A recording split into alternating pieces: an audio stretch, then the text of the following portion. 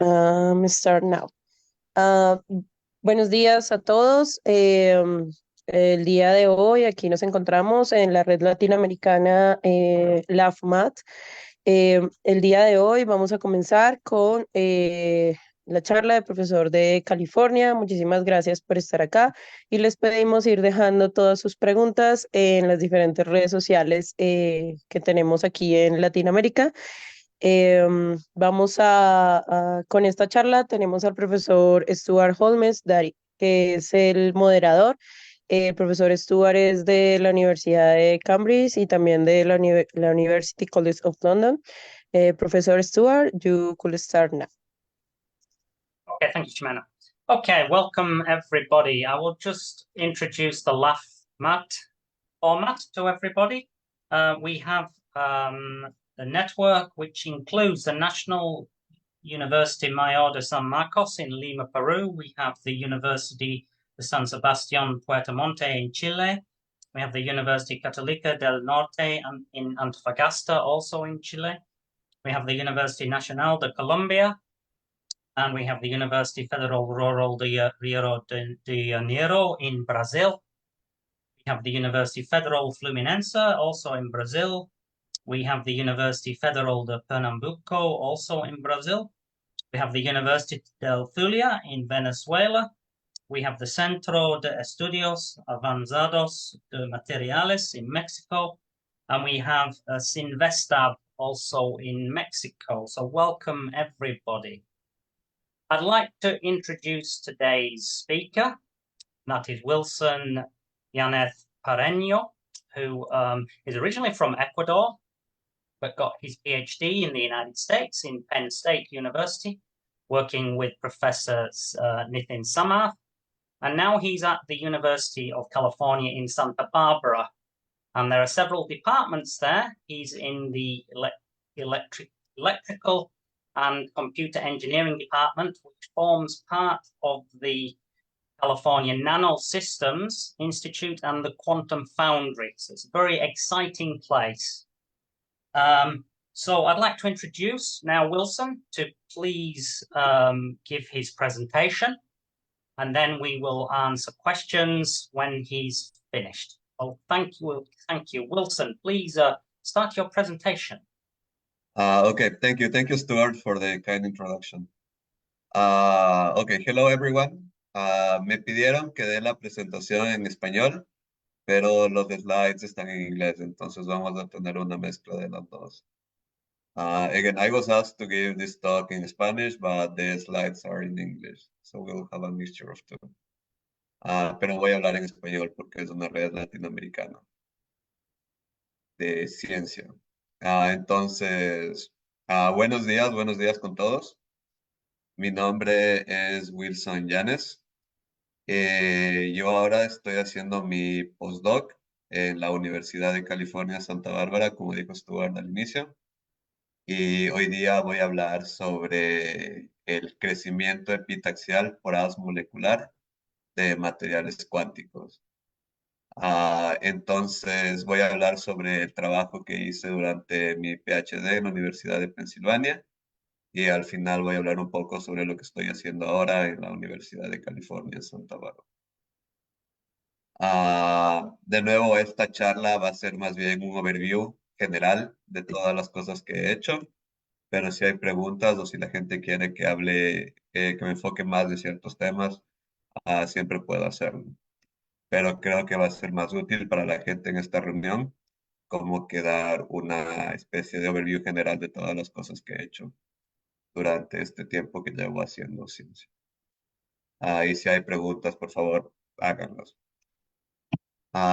Entonces, primero, como espero que haya estudiantes en la audiencia, me gustaría hablar un poco sobre mi camino haciendo ciencia. Como la gente mencionó al inicio, yo soy de Quito, Ecuador, y yo hice mi pregrado en la Universidad San Francisco de Quito. Entonces, yo tengo el título de licenciado en física e ingeniero electrónico de la Universidad San Francisco de Quito.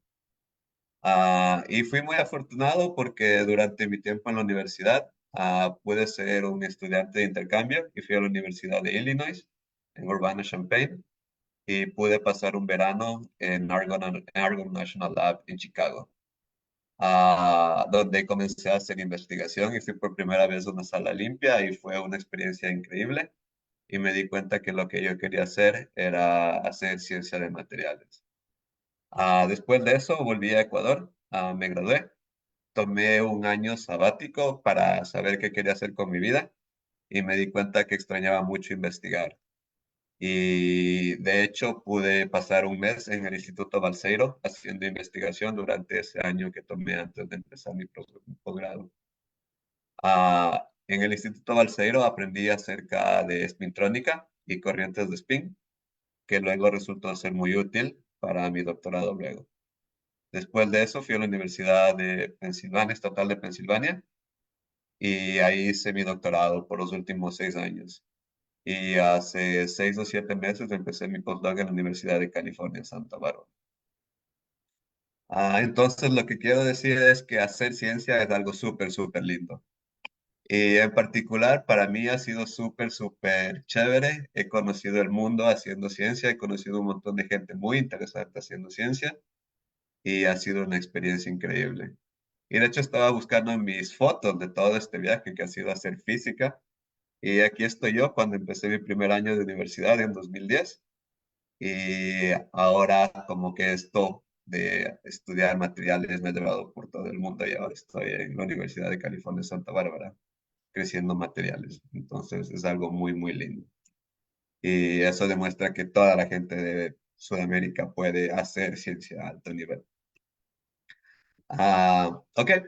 So, primero, para motivar un poco este campo de estudiar ciencia de materiales y de hacer física, ah, aquí hay un poco de papers y preguntas que la gente puede pensar y que motivan mucho porque es importante hacer ciencia de materiales, porque es bueno estudiar condensed matter physics.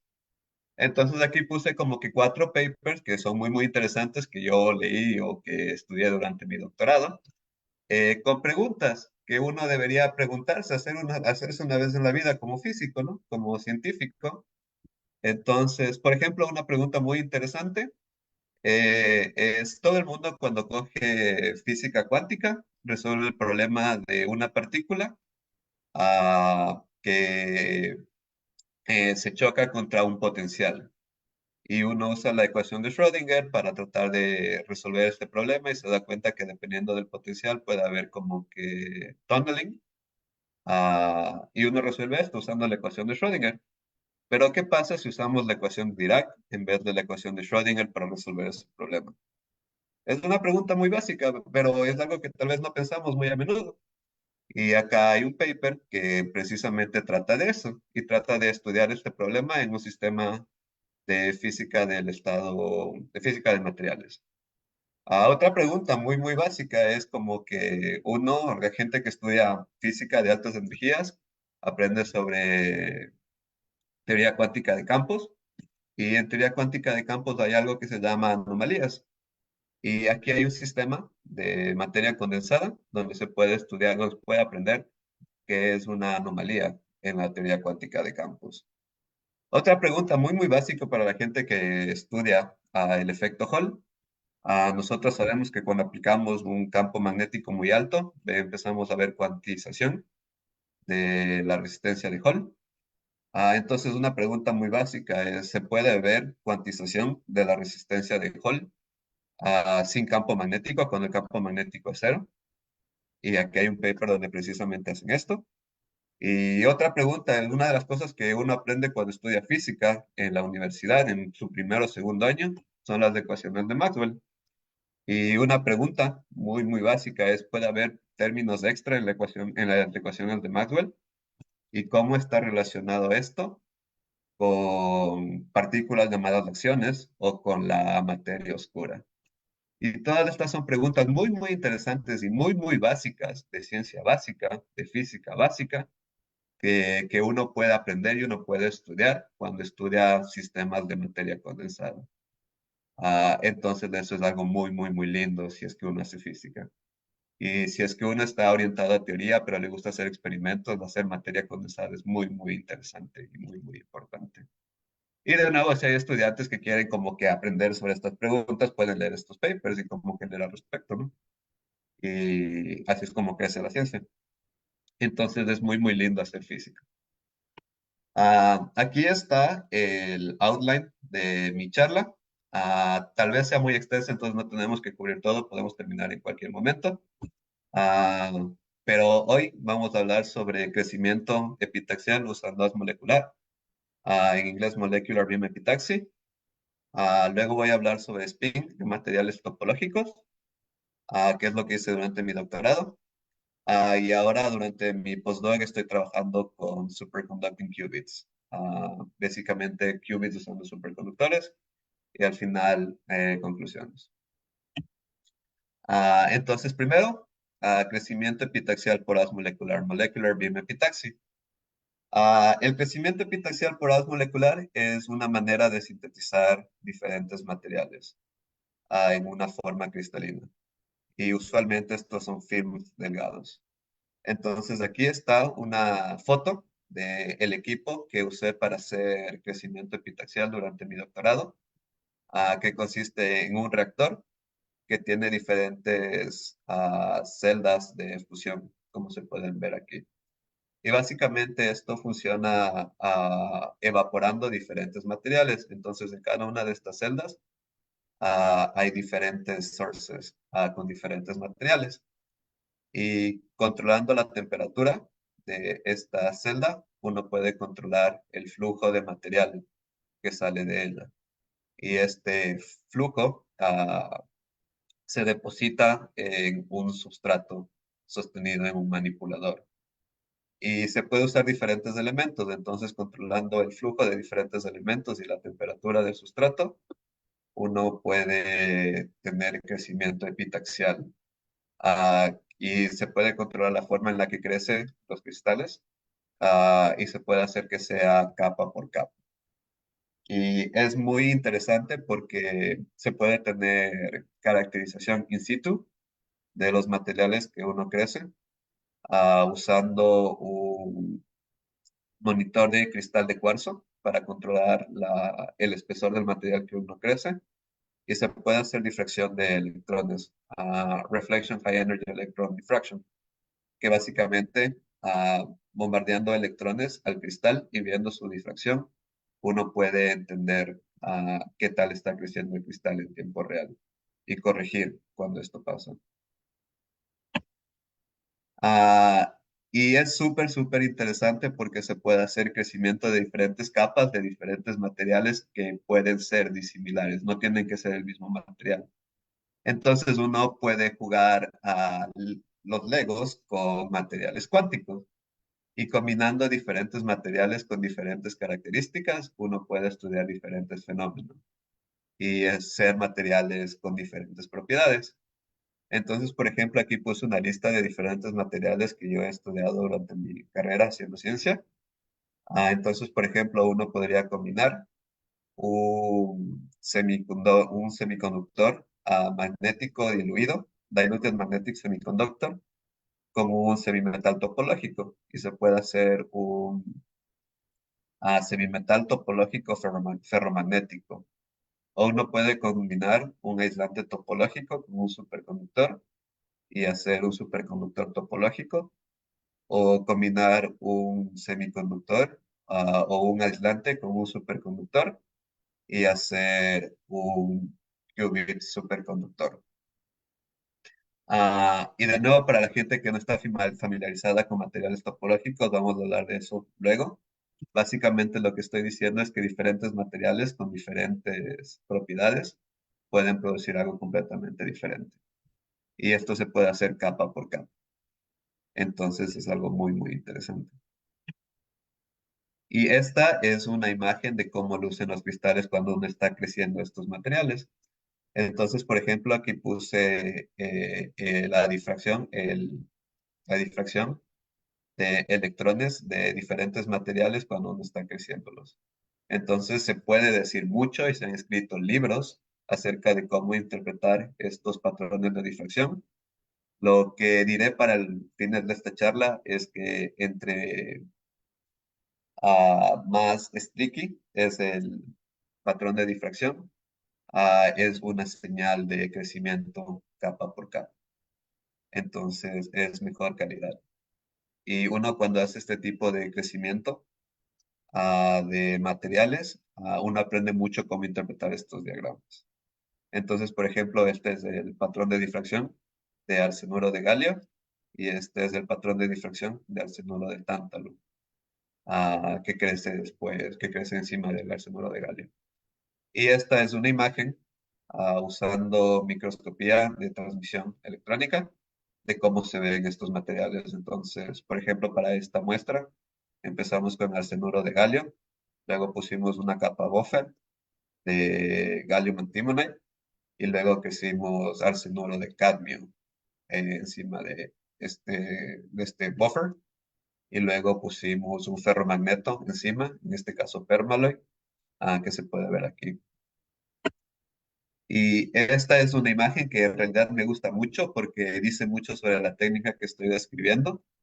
Entonces aquí está la misma imagen que mostré en el anterior slide. Y aquí está un zoom inversion de la interfase entre el ferromagneto y el cristal que se crece con crecimiento epitaxial poras molecular. Entonces, de estas dos capas fueron hechas con diferentes técnicas. El arsenuro de cadmio fue hecho con MI y el ferromagneto fue depositado usando electron beam evaporation. Sí. Y uno puede ver la diferencia de cristales. La razón por la que hacemos molecular beam epitaxy es porque, y gastamos tanto tiempo y tanto dinero en tratar de hacer los mejores cristales, es porque esta técnica nos da muy buenos cristales. Entonces aquí se puede ver la estructura cristalina del arsenuro de cadmio, mientras que cuando uno evapora permaloy, puede ver que el cristal es policristalino. Entonces se puede ver la diferencia de calidad en estos materiales. Y por eso es que hacemos Envy, porque nos da materiales de alta calidad y podemos caracterizarlos en in situ. Y aquí están imágenes de cómo se ve otra caracterización de este tipo de materiales. Por ejemplo, este es microscopía de fuerza atómica, donde se puede ver islas, el crecimiento de capa por capa del arsenuro de cadmio. Y también hemos hecho X-ray para chequear que la composición sea la que uno espera. Y se puede ver el patrón de difracción de rayos X para las diferentes capas del material. Pero a veces resulta que esto es muy difícil. No siempre se llega a tener esa calidad de materiales haciendo molecular beam epitaxy. Entonces, por ejemplo, aquí está otro material topológico, arsenuro de tantalio, que se ha crecido en arsenuro de galio. Y el problema es que para tener crecimiento epitaxial, la constante, la distancia interatómica tiene que ser la misma entre diferentes materiales. El problema del arsenuro de tantalio es que el lattice constant es cerca de 4.31 angstroms, lo cual es muy, muy difícil de encontrar un buen sustrato para que este cristal crezca. Entonces, lo que descubrimos haciendo estos experimentos, tratando de cambiar las condiciones para que se dé este material, es que es muy difícil encontrar este sustrato. Pero el arsenuro de galio, porque tiene la correcta terminación química de tener arsénico en el arsenuro de galio, básicamente contribuye a que este cristal crezca. Entonces, tener arsénico es muy importante de una manera química para estimular el crecimiento del arsenuro de tantalio. Y aquí podemos ver que se forma una estructura cristalina, pero que hay dominios de cerca de 5 a 10 nanómetros con una estructura cristalina marcada, pero que apunta en diferentes direcciones. Y también para caracterizar qué es arsenuro de tantalio, por ejemplo, hemos medido la concentración usando EDX, y podemos ver que la composición es 1 a 1 del arsenuro de tantalio. Entonces se puede crecer este tipo de materiales usando crecimiento epitaxial por molecular. Ah, y ahora durante mi postdoc hemos llevado esto al extremo. Entonces mostré una de las cámaras de crecimiento epitaxial por haz molecular que usé en mi doctorado. Este es el equipo con el que trabajo ahora durante mi postdoc. Entonces nosotros llamamos a este equipo Interconnected Ultra High Vacuum System. El laboratorio en el que trabajo ahora tiene 8 máquinas de crecimiento epitaxial por haz molecular, 8 cámaras para preparar muestras antes de que el crecimiento del material, y tenemos caracterización in situ, donde todo puede ser hecho bajo ultra alto vacío. Entonces podemos crecer diferentes muestras de diferentes cámaras y luego podemos analizarlas. Podemos hacer XPS, ARPES, MOOC o STM in situ sin tener que mandar las muestras, exponer las muestras a la atmósfera, lo cual es muy, muy ventajoso para el caso de cosas que hacemos. Entonces, esta es una imagen del laboratorio en el que estoy trabajando hoy día. Aquí está uno de nuestras máquinas de crecimiento epitaxial. Aquí podemos ver diferente caracterización. Aquí está ARPES, XPS, Low Energy Electron Diffraction, Auger. Aquí tenemos otra cámara de crecimiento epitaxial. Y tenemos muchas más cámaras que están en la parte de atrás que no pueden salir en la foto. Entonces es un laboratorio único en el que estoy trabajando ahora. Y para describir un poco lo que estoy tratando de mostrarles, aquí están las diferentes caracterizaciones, técnicas de caracterización que podemos llevar a cabo y los elementos que podemos depositar en nuestro laboratorio. Ah, entonces, por ejemplo, uno puede crecer a un semiconductor, por ejemplo, arsenuro de galio, y luego, o bismuto, por ejemplo, que es un aislante topológico, y luego se puede medir todo esto. Entonces, esta es una imagen de nuestro STM, donde se puede ver la superficie de los materiales que crecemos. Este es indium antimonite, la superficie de indium antimonite y la superficie de bismuto. Podemos caracterizar la composición de los materiales usando XPS. Por ejemplo, aquí en gadolinium antimonide, I think. Y también se puede medir la estructura de bandas de los materiales que crecemos. Entonces, esta es la estructura de alpha-tin crecido medium antimonide. Entonces, es realmente única la caracterización que podemos hacer in situ para los materiales que crecemos.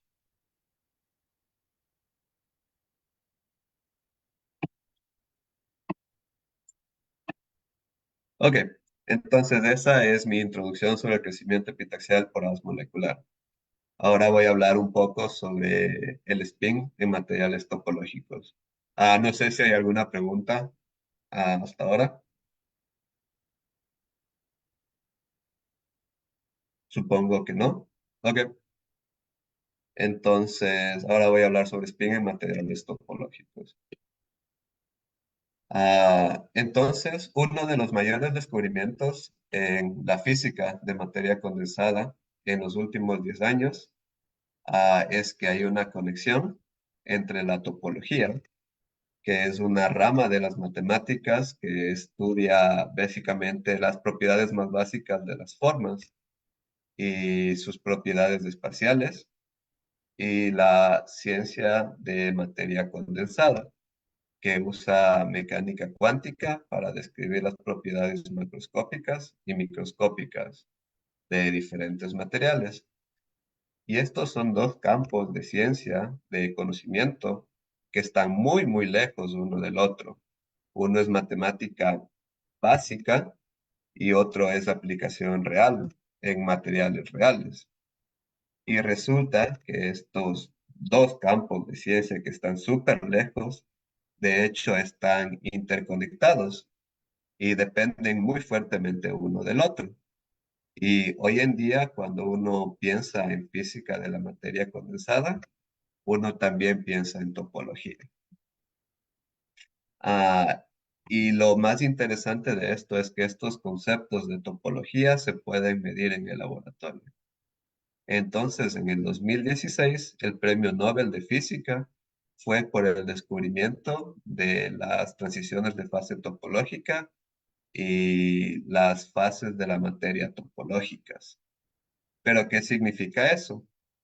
Básicamente, topología trata de entender las propiedades más básicas de diferentes formas. Entonces, el ejemplo básico es contar el número de huecos que tiene algo.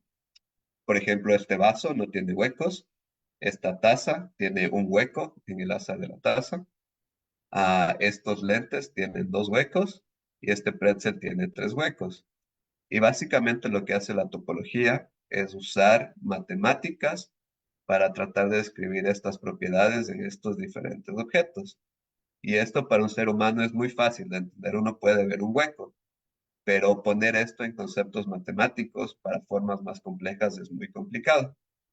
Sin embargo, por ejemplo, el número de huecos es una propiedad intrínseca de esta forma y de hecho es un invariante topológico. Y resulta que exactamente las mismas matemáticas pueden describirte diferentes fenómenos de física. Entonces, por ejemplo, aquí está el efecto Hall cuántico medido en aluminum antimonide y indium arsenide, quantum wealth, donde uno puede ver cuantización de la resistencia de Hall en un material. Y esto es muy, muy similar a lo que vemos aquí en la izquierda.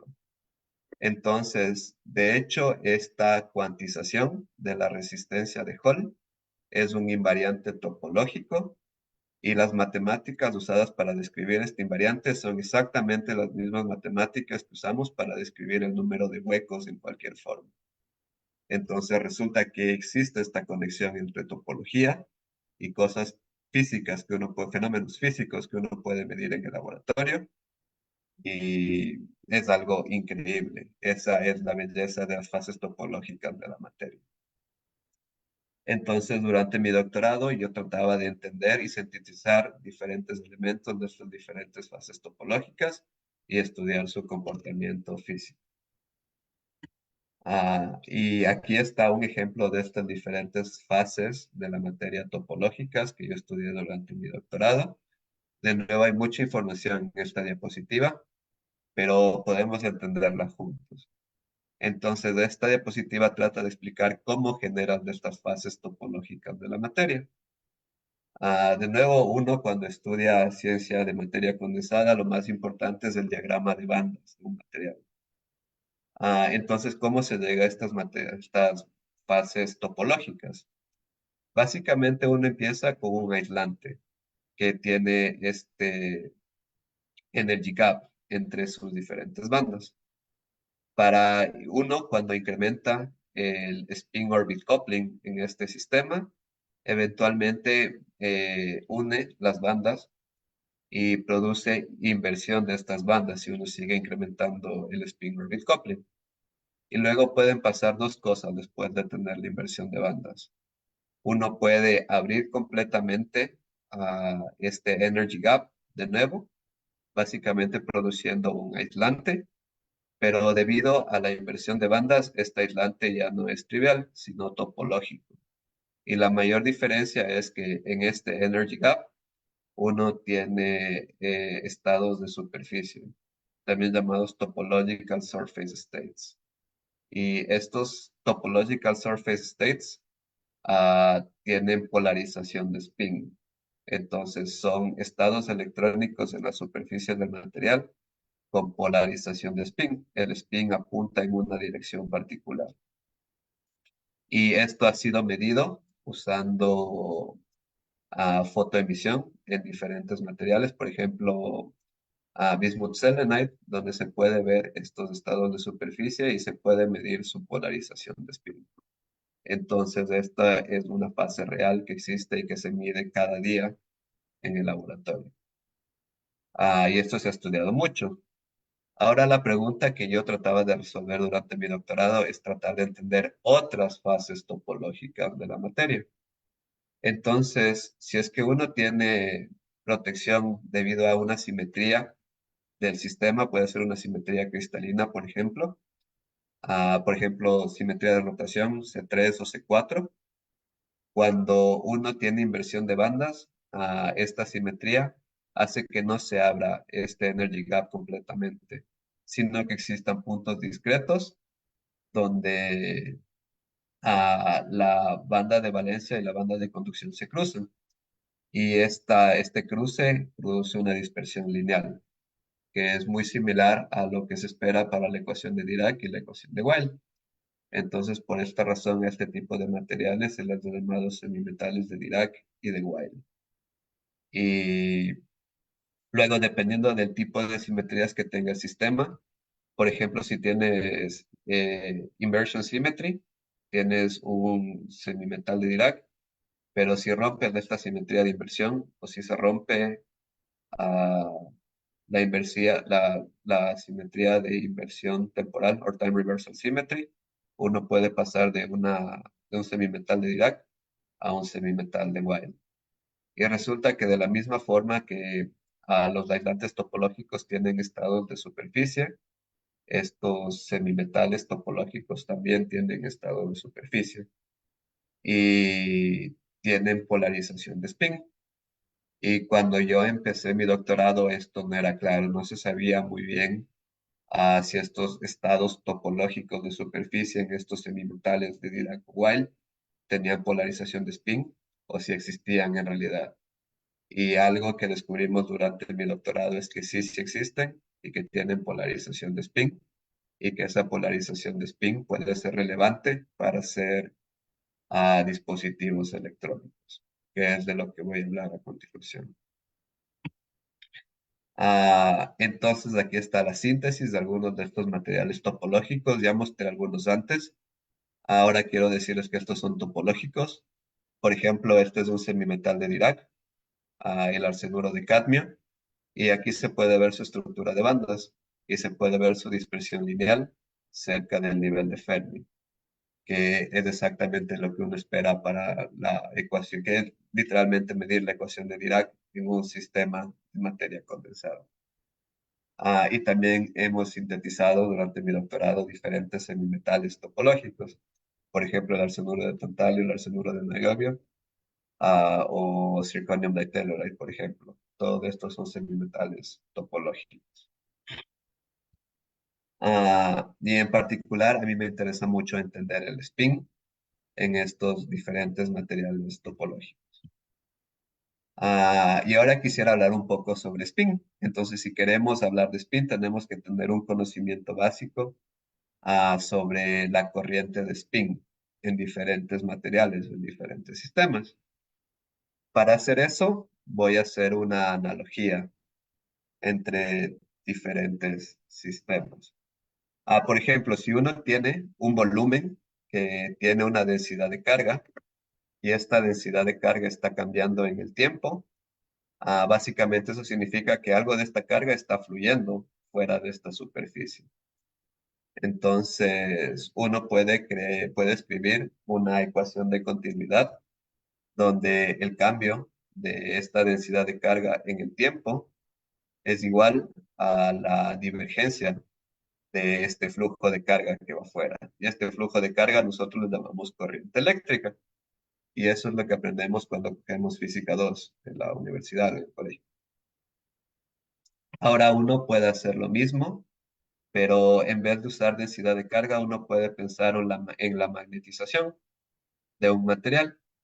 Y si la magnetización está cambiando en el tiempo, básicamente eso significa que existe momento angular fluyendo fuera de este volumen. Y el flujo de este momento angular, nosotros lo llamamos corriente de spin. Y de nuevo, uno puede escribir una ecuación de continuidad muy parecida a la que escribí anteriormente. La única diferencia es que la magnetización es un vector y la densidad de carga es un escalar.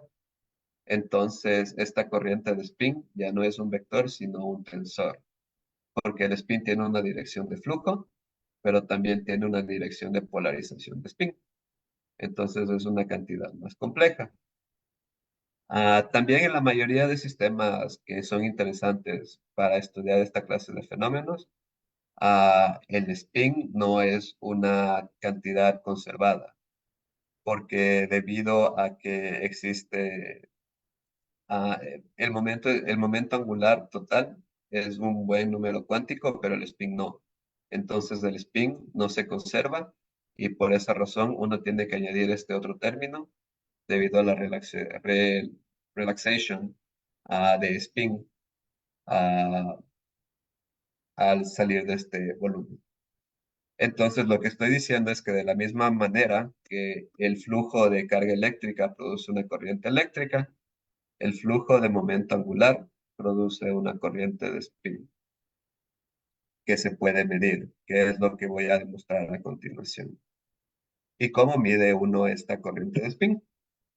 Pues resulta que cuando uno fluye una corriente eléctrica en un material con alto spin orbit coupling, en un material topológico, o básicamente en cualquier material donde haya diferentes mecanismos de spin dependent scattering, ah, uno puede producir estas corrientes de spin.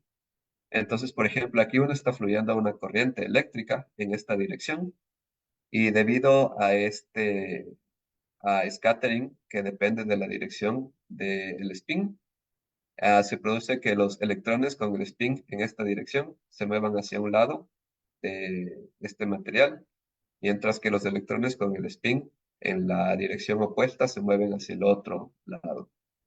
Básicamente produciendo un flujo de momento angular en una dirección perpendicular al flujo de corriente eléctrica, con una polarización de spin perpendicular a las dos, efectivamente haciendo como un efecto Hall, pero de spin. Y básicamente este flujo de momento angular hace que haya una acumulación de spin en los bordes de la muestra. Entonces uno en principio podría aquí poner un ferromagneto y este ferromagneto va a interactuar con esta acumulación de spin y uno podría medir cómo está fluyendo el spin en este sistema. Entonces, una gran parte de mi doctorado fue hacer este tipo de experimentos y medir cuán eficiente es la conversión entre carga eléctrica y spin en este tipo de materiales topológicos. Y esto se caracteriza con esta figura de mérito, que es un ratio entre la corriente de spin generada en el material y la corriente de carga que se aplica al mismo, con esta figura de mérito llamada ángulo de spin Hall. Y ese es exactamente el experimento que nosotros hicimos. Nosotros combinamos un material topológico con un ferromagneto y al fluir a carga eléctrica se produce esta acumulación de spin y esta acumulación de spin interactúa con la magnetización del ferromagneto y eventualmente hace que éste cambie de dirección. Entonces, si es que uno manda suficiente corriente a la muestra, uno esperaría que este ferromagneto, que la magnetización cambie de apuntar hacia arriba a apuntar hacia abajo. Y esto es exactamente lo que nosotros hicimos. Aquí combinamos un semimetal topológico, zirconium ditelluride, con un ferromagneto, chromium ditelluride. Y uno puede ver aquí que esta muestra es en realidad muy delgada. Uno puede ver las diferentes capas de los diferentes materiales. Entonces, en este caso, nosotros llevamos a estos materiales al límite ultra delgado. Entonces, acá tenemos 5 celdas unitarias de zirconium ditelluride y 3 celdas unitarias de chromium ditelluride. Efectivamente haciendo un sistema súper ultra delgado. Ujú. Y básicamente hicimos ese experimento que acabo de describir. Aplicando corriente eléctrica, nosotros pudimos cambiar el estado de la magnetización de apuntar en una dirección a apuntarla en la dirección contraria. Y eso es lo que se puede ver aquí. Nosotros medimos el estado de la magnetización midiendo la resistencia Hall en la muestra, y si la magnetización apunta en una dirección, vemos que la resistencia de Hall tiene este valor alto, y cuando aplicamos corriente, esta cambia hacia el otro estado. Básicamente la dirección de la magnetización cambia a apuntar hacia abajo, y eso produce este cambio en la resistencia de Hall, anómala. Y luego aplicando una corriente en la otra dirección, podemos hacer que la magnetización vuelva al estado original. Entonces aquí estamos demostrando dos cosas. Primero, que el spin es importante en esta clase de materiales topológicos. Y segundo, nosotros estamos haciendo un componente electrónico que cambia entre dos estados. Entonces, efectivamente, esto es una memoria hecha con materiales topológicos. Ah, y resulta que para lograr esto, nosotros también usamos un ferromagneto que es casi bidimensional. Entonces, aquí estamos haciendo una memoria con materiales topológicos que tiene 28 átomos de espesor. Entonces, estamos llevando estos materiales al extremo de lo que se puede hacer usando crecimiento epitaxial por molecular. Y resulta que la razón por la que nosotros necesitamos que este ferromagneto sea tan delgado es que necesitamos que la magnetización apunte fuera del plano. Si es que lo hacíamos más grueso, la magnetización habría apuntado en el plano y no se habría podido medir este tipo de fenómeno. Y también si es que alguien está interesado en saber qué pasa cuando cambiamos de 3 celdas unitarias en el ferromagneto a una celda unitaria, pueden leer este paper que está citado aquí en esta diapositiva. Entonces, eso es muy, muy interesante. Y hicimos un dispositivo electrónico usando este tipo de materiales que resultaron al final ser útiles.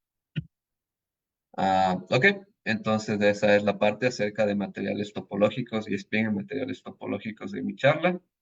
Y ahora voy a hablar sobre lo que he hecho durante mi postdoc, estudiando qubits en materiales superconductores. Entonces, primero que nada quería mostrar una foto de estos superconducting qubits, porque yo nunca había visto uno hasta que empecé a trabajar en esto, y siempre me dio curiosidad porque uno habla de estos sistemas que tienen dos estados de computación cuántica y todo esto, pero ¿cómo se ve uno de estos dispositivos en realidad? Y aquí está una imagen de un qubit superconductor. Para la gente que no está familiarizada con esto, un qubit es un sistema cuántico que puede cambiar entre dos estados. Y básicamente puede ser modelado como un oscilador armónico cuántico, que uno aprende cuando estudia mecánica cuántica básica. Ah, y esto se puede hacer de diferentes maneras. En el caso de superconductores, uno crea un circuito LC, que es un oscilador. La única diferencia es que para que sea cuántico uno tiene que usar superconductores, y uno espera que haya diferente distancia entre los diferentes niveles. El problema del oscilador armónico cuántico sencillo es que la distancia entre el estado 0 y el estado 1 es la misma que entre el estado 1 y el estado 2. Y eso hace que no sea útil. Uno en particular quisiera cambiar solo entre dos estados. Entonces, para tener esta eh, unharmonicity, esta diferente spacing entre distancia entre estos estados de energía, uno tiene que usar un inductor no lineal. Y el mejor inductor no lineal que uno puede hacer usando superconductores es una juntura de Josephson. Entonces, en vez de tener un inductor normal, aquí ponemos una juntura de Josephson y podemos crear este sistema de dos estados que llamamos un qubit. Ahora, desde una perspectiva de ciencia de materiales, uno tiene que hacerse muchas preguntas si es que quiere uno hacer este dispositivo en el laboratorio. Entonces, la primera es ¿dónde lo hacemos? qué clase de sustrato necesitamos para crear esta clase de qubits superconductores. ¿Qué nos importa? ¿Qué es beneficioso y qué no? Y resulta que el mayor criterio para tratar de hacer un buen qubit es ver cómo penetran los campos eléctricos en el sustrato. Entonces, mucha gente ha pasado mucho tiempo caracterizando los diferentes mecanismos de disipación en estos materiales y en particular la disipación debido a la constante dieléctrica de estos materiales. Y resulta que entre diferentes materiales, los mejores sustratos para hacer qubits superconductores son el zafiro y el silicio, crecido usando float zone methods, que tienen muy poca disipación de campos eléctricos en comparación con otros sustratos. Entonces, si queremos hacer un buen qubit, tenemos que usar o zafiro o silicio. Y la segunda pregunta para hacer un qubit superconductor es, nosotros necesitamos usar un superconductor. Entonces, ¿qué superconductor usamos? Y aquí he puesto algunos de los más populares superconductores que uno usa en el campo de qubits superconductores. Se puede ver que tienen diferente tipo de superconductividad y diferente temperatura crítica y diferente uh, lattice constante cristalina, diferente espacio entre sus átomos. Y hasta ahora no hay como que un criterio suficiente para saber qué superconductor se debe usar para hacer este tipo de qubits. Mucha gente usa diferentes materiales por diferentes razones. Por ejemplo, a la gente le gusta el aluminio porque es fácil de trabajar en la sala limpia. A otra gente le gusta el niobio o el tantalio porque son resistentes al óxido, por ejemplo. Entonces todavía no es claro qué tipo de superconductor se debe usar y qué propiedades del superconductor son importantes y cuáles no.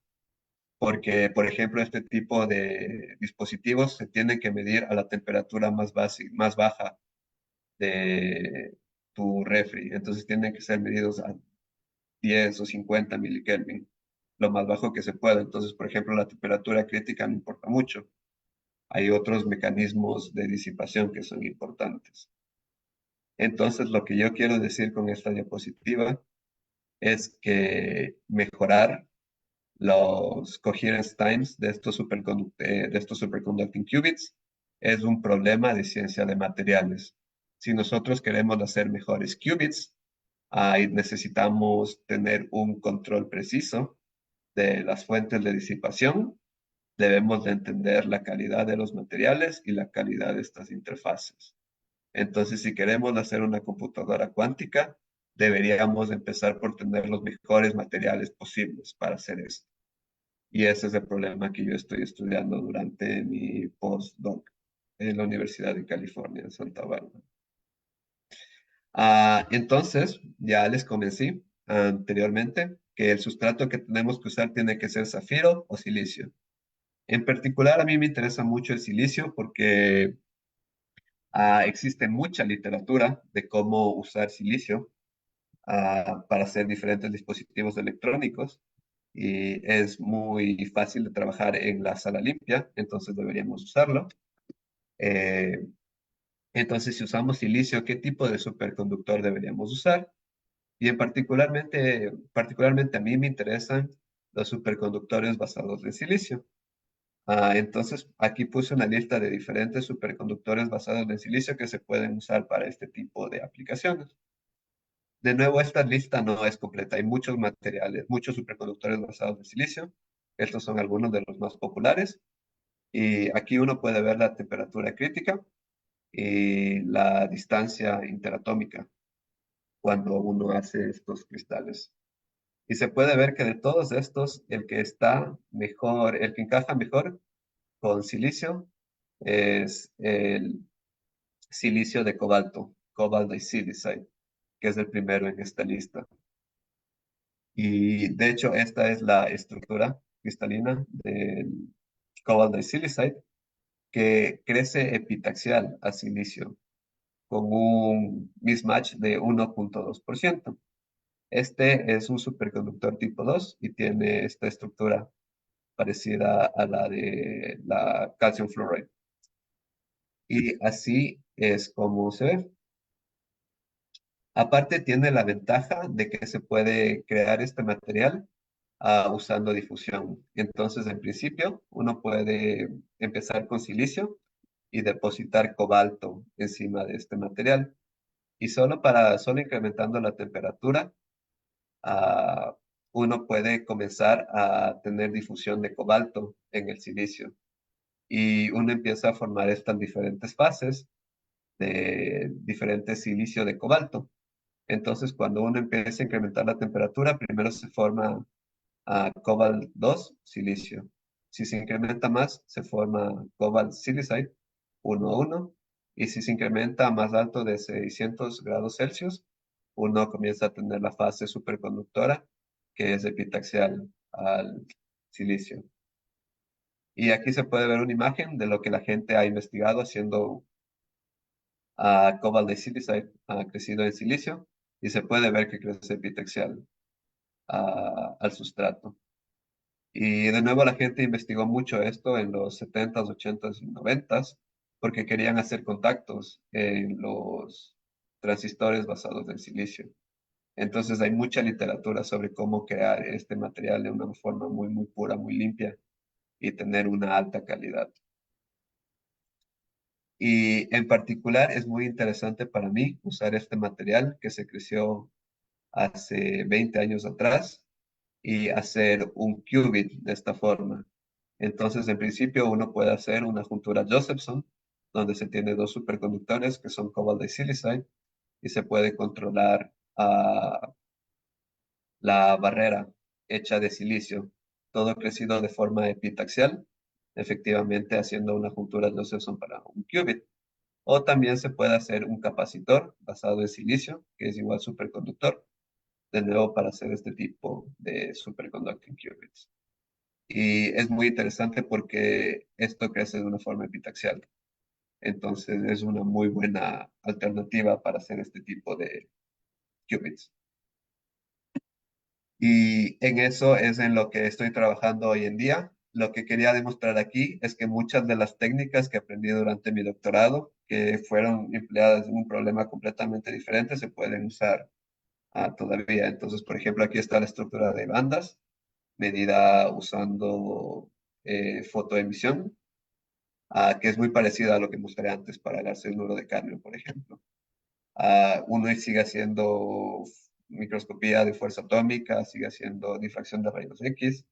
La única diferencia es que en estos proyectos es más importante el transporte eléctrico. Entonces, por ejemplo, yo he sintetizado este cobalt de silicide y se puede ver que es superconductor.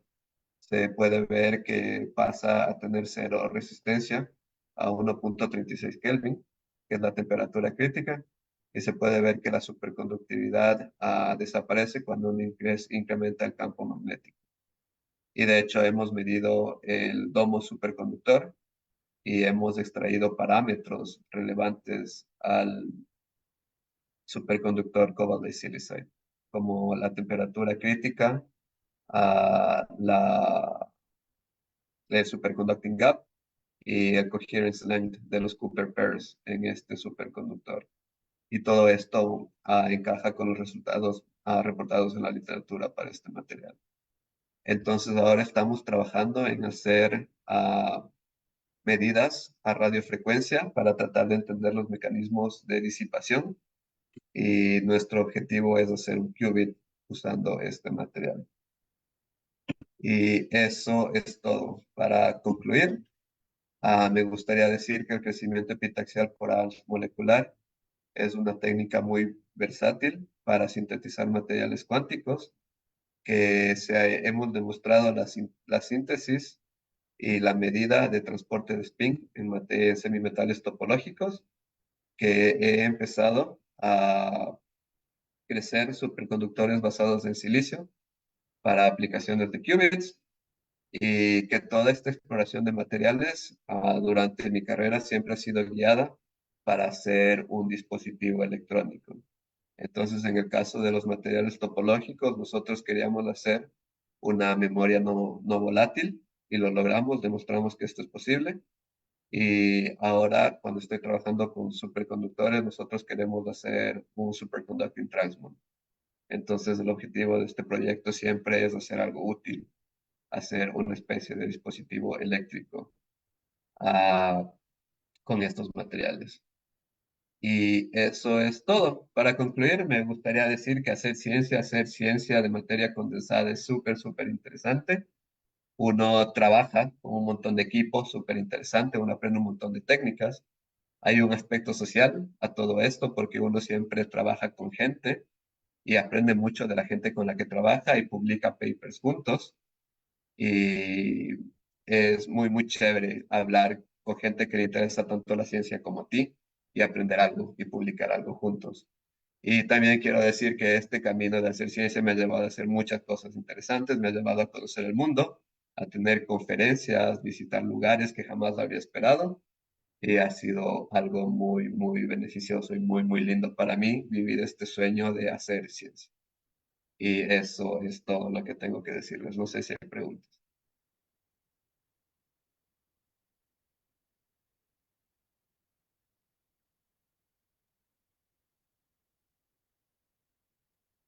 Wilson, muchas gracias.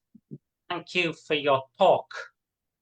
Very, very interesting and comprehensive.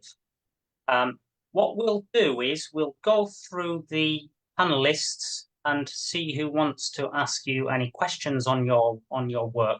We've lost Lewis, but we have Ximena and myself who are helping the organization. So let's go through the list. Who would like to ask a question? Felipe, maybe?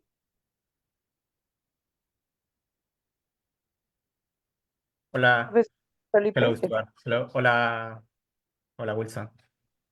Eh, a ver, dame un segundo. Sí, ahora sí.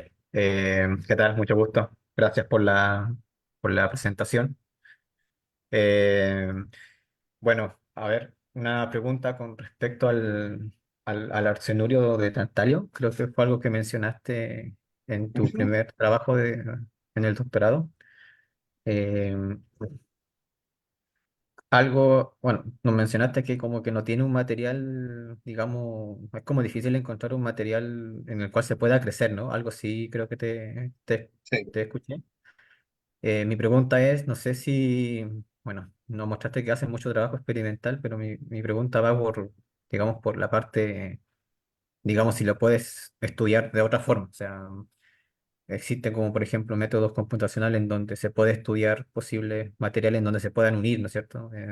Dos materiales ultra delgados, que es lo que más o menos tú trabajas. Entonces me pregunto si tú has investigado o colaboras con alguien para poder buscar sustratos como para este tipo de materiales. De nuevo, el problema no es tanto que se pueda buscar un material o no, sino que sea conveniente para hacer aplicaciones. Entonces, Ujú. si existe un material que es o muy, muy caro, muy difícil de sintetizar, no va a ser ventajoso para hacer un dispositivo electrónico. Entonces, por ejemplo, una razón para usar el arsenuro de galio es que es un semiconductor comercial que se puede encontrar muy fácilmente. Ujú. Entonces, en ese sentido es mejor. Habiendo dicho eso, también diría que nosotros buscamos muchos sustratos y de hecho hay un montón de bases de datos en Internet donde puedes tratar de encontrar un sustrato que va mejor o tratar de buscar en diferentes direcciones. Entonces, una gran parte de mi doctorado fue jugar con las estructuras cristalinas en diferentes direcciones y ver si es que una dirección es preferible que la otra. De hecho, por Ujú. ejemplo, para el arsenuro de Niobio nos dimos cuenta que es mejor crecer en la dirección 111 que en la 100. Y de hecho tenemos un gráfico en el paper donde están las diferentes estructuras una encima de otra y ver cuál es más ventajosa. Entonces de Y eso tenemos y nosotros, esa la dirección que ventaja de nosotros. sí, y Ujú. esa dirección que tú buscaste, o sea, digamos que cuando se estudian estas cosas cuál es la dirección preferencial de, digamos, en donde es más estable el material, ¿no? Cuando se Ujú. sintetiza a capas ultra delgadas, ¿cuál es el criterio de selección de ese? Porque, bueno, yo por lo que tengo entendido es por la energía superficial, ¿no? Que es más estable en cierta dirección. ¿Usaste el mismo criterio o usaste otro para elegir la dirección de crecimiento? De nuevo, esa es una forma.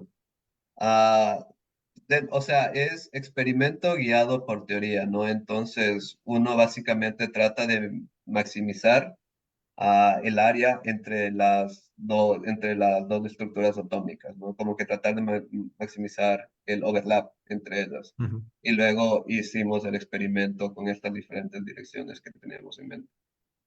Ya, listo. Sí, sí, sí, interesante tu trabajo. Yo, bueno, más o menos igual me estoy haciendo más o menos lo mismo, pero para otras aplicaciones.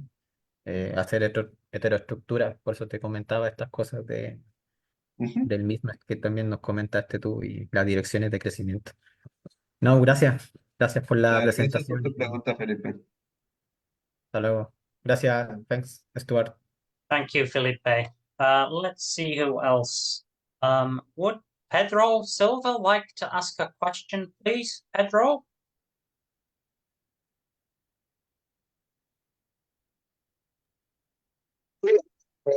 Wilson, Sí. muy interesante tu trabajo, sobre todo lo educativo que ha sido este paseo por la epitaxia y esos quantum bits. Hay una cosa bueno, no sé, que me estuve preguntando cuando estuviste presentando el cambio en la dirección de la magnetización en estos sistemas, ajá, allí. Eh, que es un fenómeno bien interesante porque es una cosa así como que si fuera una especie de efecto Hubble, como bien mencionaste, una especie de efecto Hubble en la corriente de spin.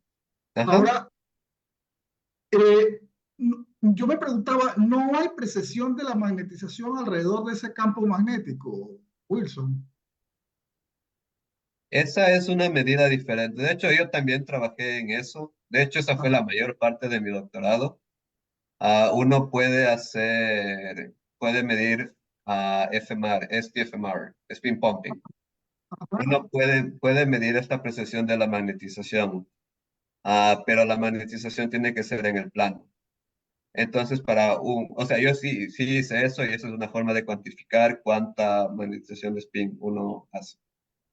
Ahora, la dinámica de la magnetización cuando cambia de dirección, de mostrarse en una dirección para arriba y otra para abajo, probablemente es más compleja que eso. Probablemente hace una especie de movimiento así y luego baja, que se puede ver en este cambio que es progresivo. No es en un solo acto. Entonces, eso sí pasa, pero eso es un fenómeno más complejo que para estudiarlo se tendría que tener estructuras con diferentes dimensiones. Pero eso es algo que pasa y se ha estudiado mucho.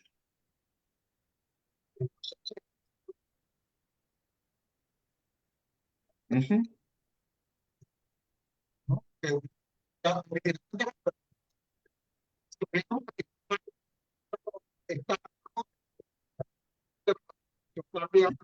dirección, pero no, yo creo que es más complejo que eso. Claro, o Gracias. sea, la dinámica de la magnetización es muy complicada. Esto es una aproximación bien simple, es un cartoon. Bien, gracias. Excelente charla. Sí, gracias por tu pregunta. Okay, thank you, Pedro. Let's move on. Would Laura like to ask a question, please? Laura. Profesor Stuart, Laura es la que nos colabora con las redes sociales. Ella es estudiante de... Laura is an student, a master student. Okay, sorry, Jimena. In- I will carry on. We have also we have Jenny Josefina. Does Jenny Josefina want to ask a question? Hola, no, no tengo ninguna pregunta. Oh, okay. Muchas gracias. We also have Jose Fermin. Jose? perhaps? Did I He's see? No, Professor Stewart. no, he's not here. Okay. Oh, Arturo okay. Martín. Oh, That is oh, yes. Arturo, please go ahead. Muchas gracias, Wilson, por tu presentación. Ya que estás en esta diapositiva, te quería preguntar por qué miden solo a 50 Kelvin del efecto memoria y si la mides a la temperatura de operación de los dispositivos, que generalmente es un poquito arriba de la temperatura ambiente, ¿qué pasa con De hecho, esta? esa es ¿Se una conserva? muy buena pregunta. La razón por la que medimos las 50 Kelvin, de nuevo, el objetivo de este trabajo era combinar un material topológico, en este caso un semimetal de Dirac, con este ferromagneto de 2 dimensiones. Entonces, el problema de hacer estos ferromagnetos tan delgados es que es muy difícil encontrar que la magnetización sea 300 Kelvin.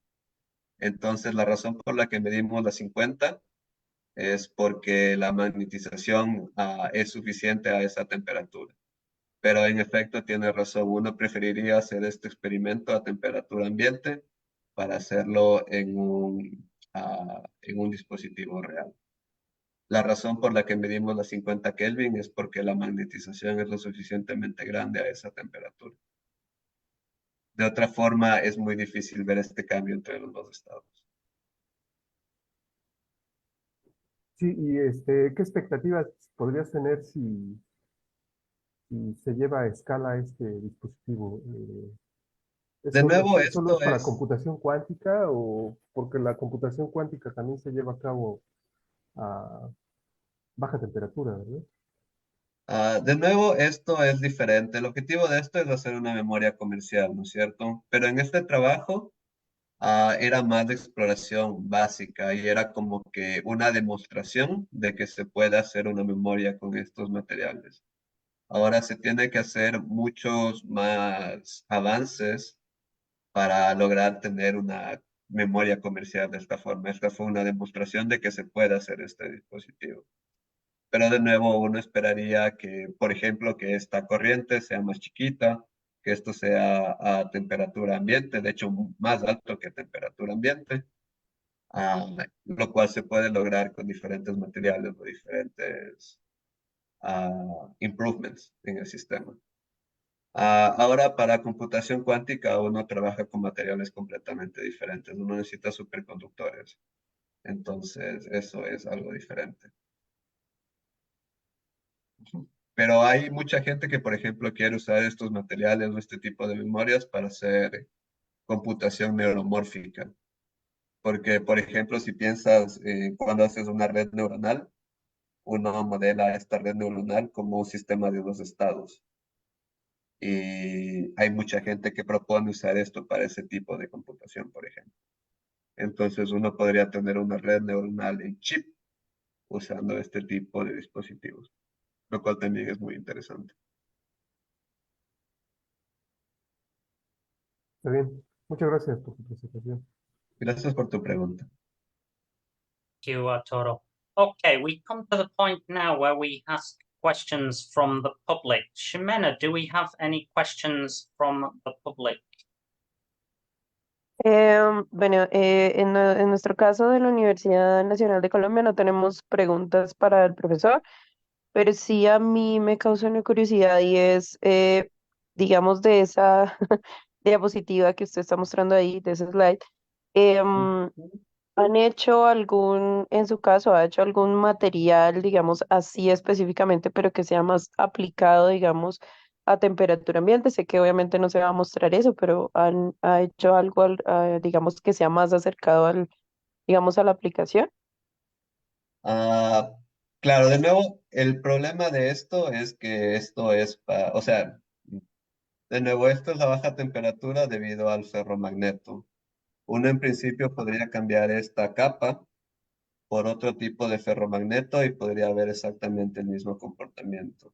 Entonces, lo que nosotros estamos demostrando para estos materiales topológicos se puede usar en otro tipo de sistemas. Y hay gente que ha trabajado en eso y que continúa trabajando en eso. De nuevo, lo interesante de este proyecto, más allá de la temperatura, es que logramos hacer esto con materiales ultra delgados. Entonces uno puede contar el número de átomos en este dispositivo, lo cual es bastante interesante y está llevando al límite el tipo de ciencia de materiales que hacemos con estos materiales. Pero de nuevo, lo que nosotros estamos demostrando se puede lograr a temperatura ambiente en otros sistemas. Ujú. Gracias, ya, esa es la respuesta.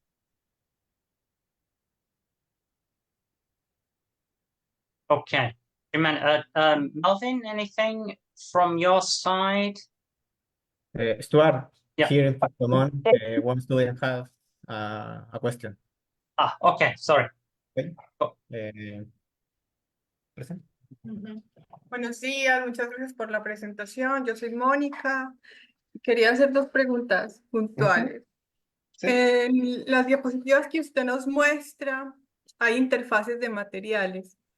Y yo quería saber, en las imágenes se ve que las interfaces son como muy bonitas o muy perfectas, pero no sé, estas interfaces, cuando uno las amplía, ustedes que tienen la posibilidad de trabajar con ellas en físico, ven algunos defectos entre una interfaz y otra.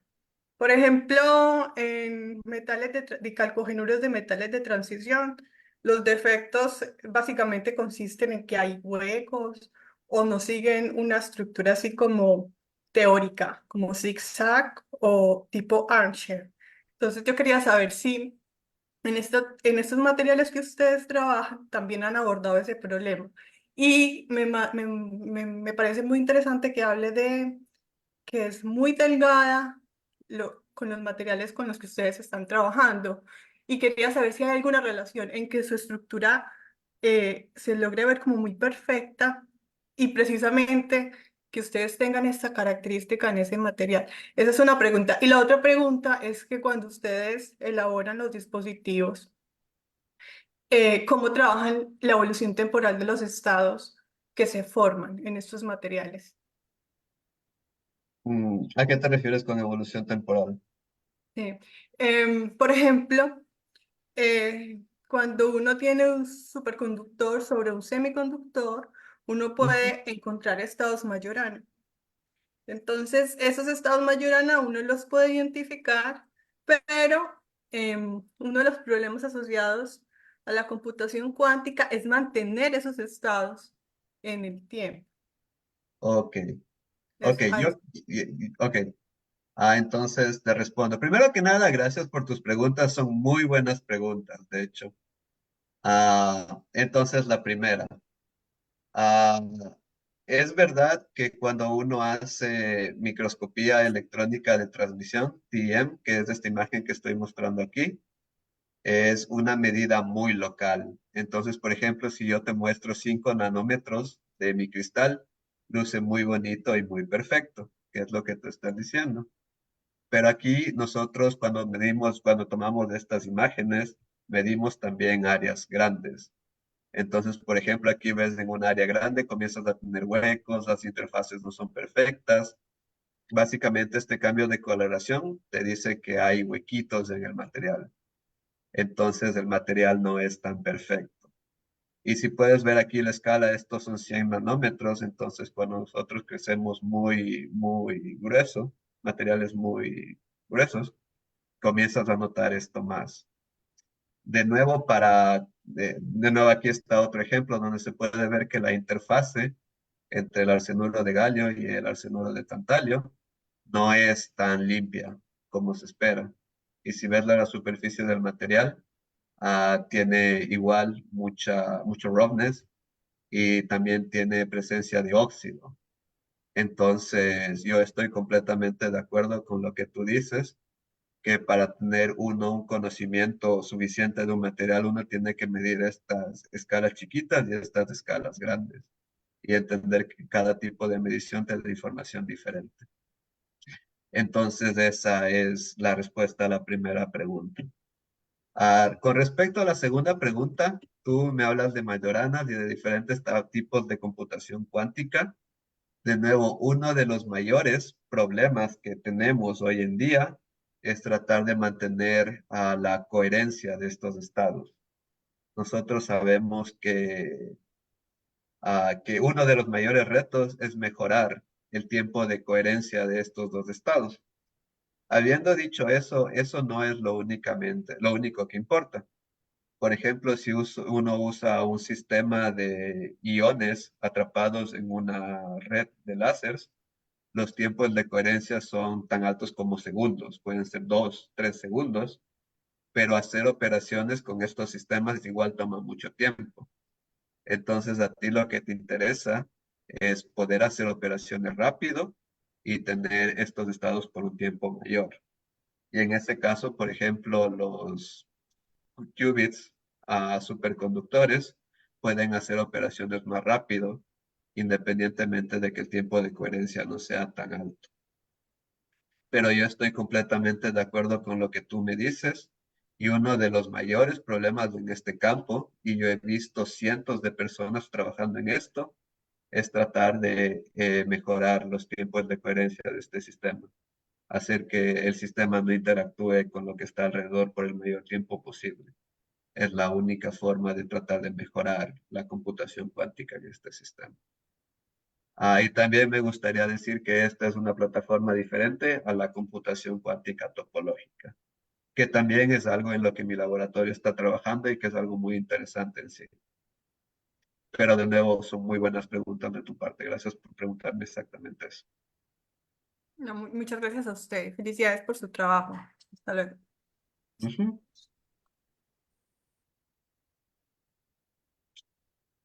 Okay, would anybody else like to ask any questions to our speaker today? Ximena. With James. With James. We need to have James. James, any contribution, James? Ok, gracias por el pase, profesor Stuart. Eh, Doctor Wilson, felicitaciones por la presentación. Su charla está muy interesante. El público no tenemos preguntas como tal. Felicitaciones, sí, por su presentación. Solo tengo una curiosidad. Ahí justo en el slide que usted muestra, trabaja con materiales o compuestos de superconductores de baja temperatura. Ha trabajado con algunos otros compuestos de alta temperatura y si no es así, ¿por qué no? Por ejemplo, como el diburú de magnesio, cosas así. Ujú.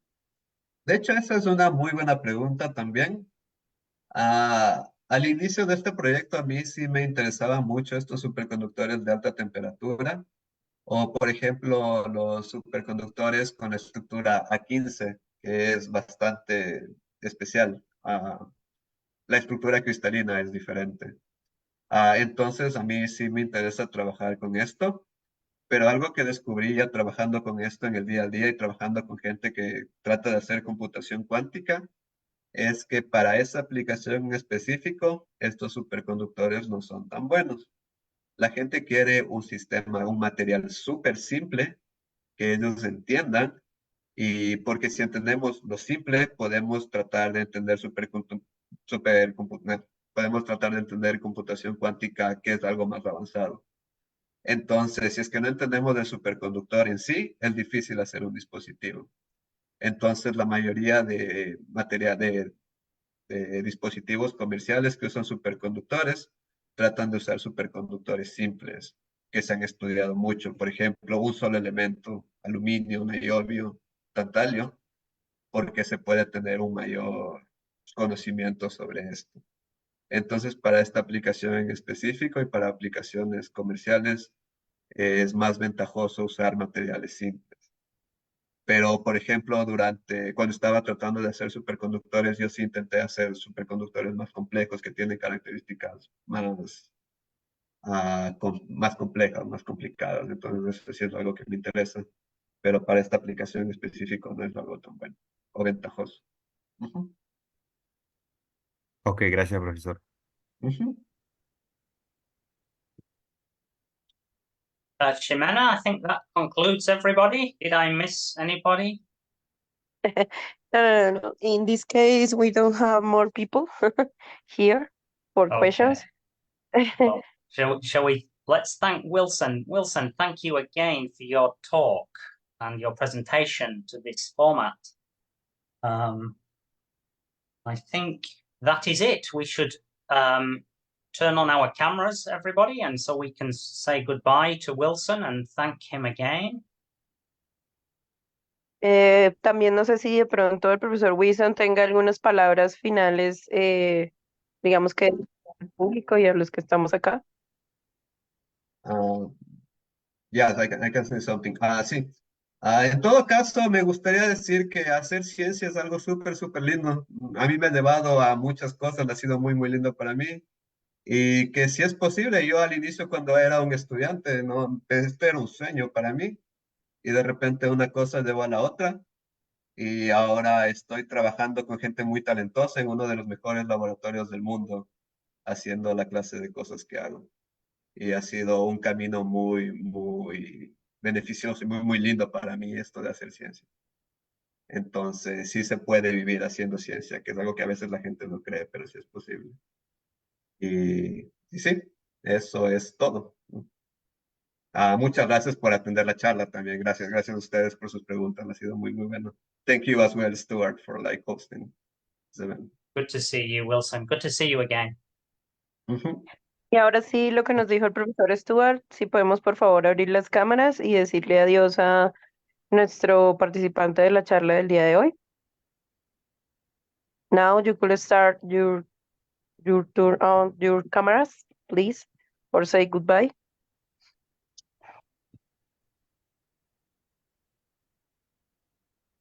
Listo, chao. Chao a Felipe, todos. chao. Hasta luego a todos, hasta Chao. luego, profesor Wilson. Hasta luego con todos. Profesor Wilson, nos vemos.